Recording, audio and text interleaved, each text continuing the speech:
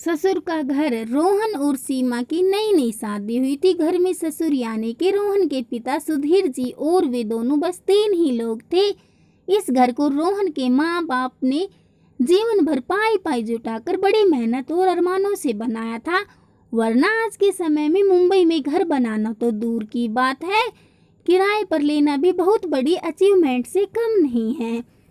जब रोहन कॉलेज में था तब माँ उन्हें और दुनिया को छोड़कर जा चुकी थी। एक काम वाली बाई सकू थी जो सुबह से लेकर शाम तक उनके घर का सारा काम करती थी। नई नई शादी हुई थी, इसलिए सकू बाई का दिन भर घर में रहना सीमा को अपनी प्राइवेसी में बाधा सा लगता था। इसलिए अब सकू बाई सुबह खाना बनाना पर कपड़े और पोछा करने के बाद चली जाती और वापस शाम को आकर खाना बनाती। सकूबाई की दोपहर की गैर हाजिरी से कई छोटे मोटे काम दिखाई देने लगे, जिनमें से ज्यादातर काम बिना कहे सुधीर जी ये सोचकर कर लिया करते कि बहू की मदद हो जाएगी, लेकिन बहू सोचती कि ससुर को औरतों के काम में दखल देने की आदत है। एक दिन मौका देखकर सीमा ने रोहन से कहा, क्यों ना हम बाबूजी को वृद्धाश्रम में भेज दें। सिर्फ एक बार पैसा भरना पड़ेगा और उन्हें भी अपने उम्र के लोगों का साथ मिल जाएगा। हमें भी अपनी प्राइवेसी के बारे में ज्यादा सोचना नहीं पड़ेगा। रोहन ने सीमा की बातों पर ज्यादा ध्यान नहीं दिया। कुछ दिन ही बीते थे कि बाबूजी अपने दोस्तों के साथ एक हफ्ते के लिए टूर पर गए और इत्तेफाक से इसी दौरान सकूबाई भी छुट्टी पर थी। फिर क्या, सीमा को जैसा चाहिए था वैसा समय मिलने लगा। अब रोहन रेस्टोरेंट में खाना खा लेता और सीमा का काम आमलेट, ब्रेड या मैगी से चल जाता। खाना बनाने की टेंशन नहीं थी, लेकिन घर में निकलने वाले सारे काम तो अभी भी करने ही थे। ससुर जी की गैर हाजिरी में सीमा को एहसास हुआ कि वह बिना कहे ही जो काम कर लिया करते थे उनसे कितना फर्क पड़ता था। छोटे मोटे अलग वाले यह काम भी काफी समय और एनर्जी लेने वाले थे। कुछ दिन बीतने के बाद एक दिन रोहन सीमा को कहता है, चलो आज कहीं बाहर घूम कर आते हैं। सीमा बड़ी खुशी खुशी सज धज कर बाहर घूमने के लिए तैयार हो जाती है। रोहन सीमा को अपने घर से 4 किलोमीटर दूर एक चौल में लेकर आता है। एक आदमी रोहन के हाथों में एक चाबी देता है। रोहन उस चाबी को लेकर चाल का एक कमरे का दरवाजा खोलता है। कमरा खुलते ही 2 रूम वाले उस छोटे से अंधेरे से भरे घर के अंदर रोहन सीमा को लेकर जाता है और कहता है, कैसा लगा तुम्हें हमारा नया घर। रोहन कहता है, हम अगले महीने से इसी मकान को भाड़े से लेकर रहेंगे अलग और अपनी प्राइवेसी का मजा लेंगे।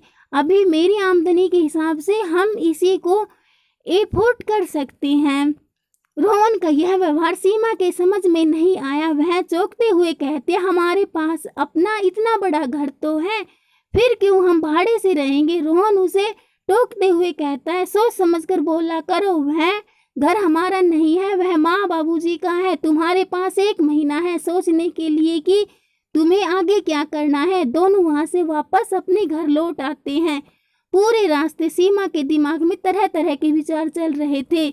घर पहुंचते ही उसने रोहन से कहा, माना कि यह घर माँ बाबूजी का है, लेकिन क्या हमारा इस पर कोई हक नहीं है।